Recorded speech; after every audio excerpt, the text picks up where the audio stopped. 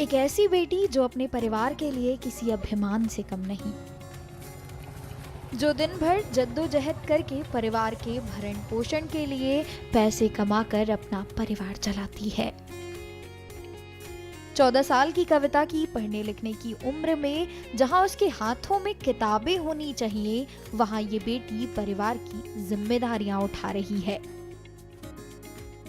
कविता बुंदेलखंड के छतरपुर से करीब 8 किलोमीटर दूर स्थित गांव कठेवरा की रहने वाली है, जहां खेत में बने घर में अपने परिवार के साथ करीब 9 साल से कविता रह रही हैं और दूध बेचकर अपने परिवार का खर्चा चला रही हैं। आर्थिक स्थिति अच्छी ना होने के कारण कविता के पिता को अपने बच्चों की पढ़ाई बंद करनी पड़ी और फिर 13 साल की कविता ने घर चलाने की जिम्मेदारी अपने कंधों पर उठा ली। हम ही जानते हैं, बहुत परेशान हैं, तो अब जैसे होता है दिग्गज से कर लेते हैं।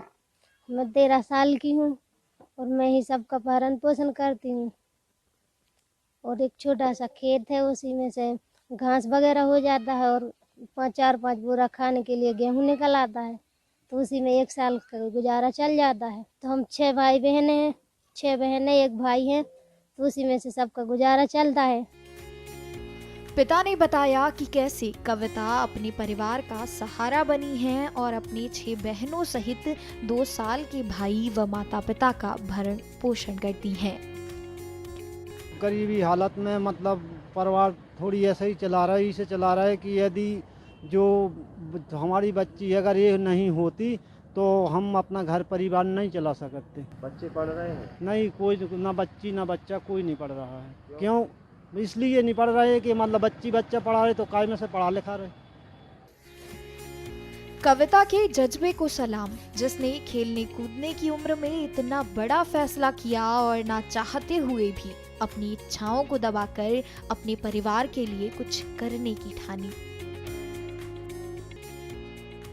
अब देखने वाली बात यह है कि कविता के परिवार को सरकारी योजनाओं का लाभ कब तक मिल पाता है।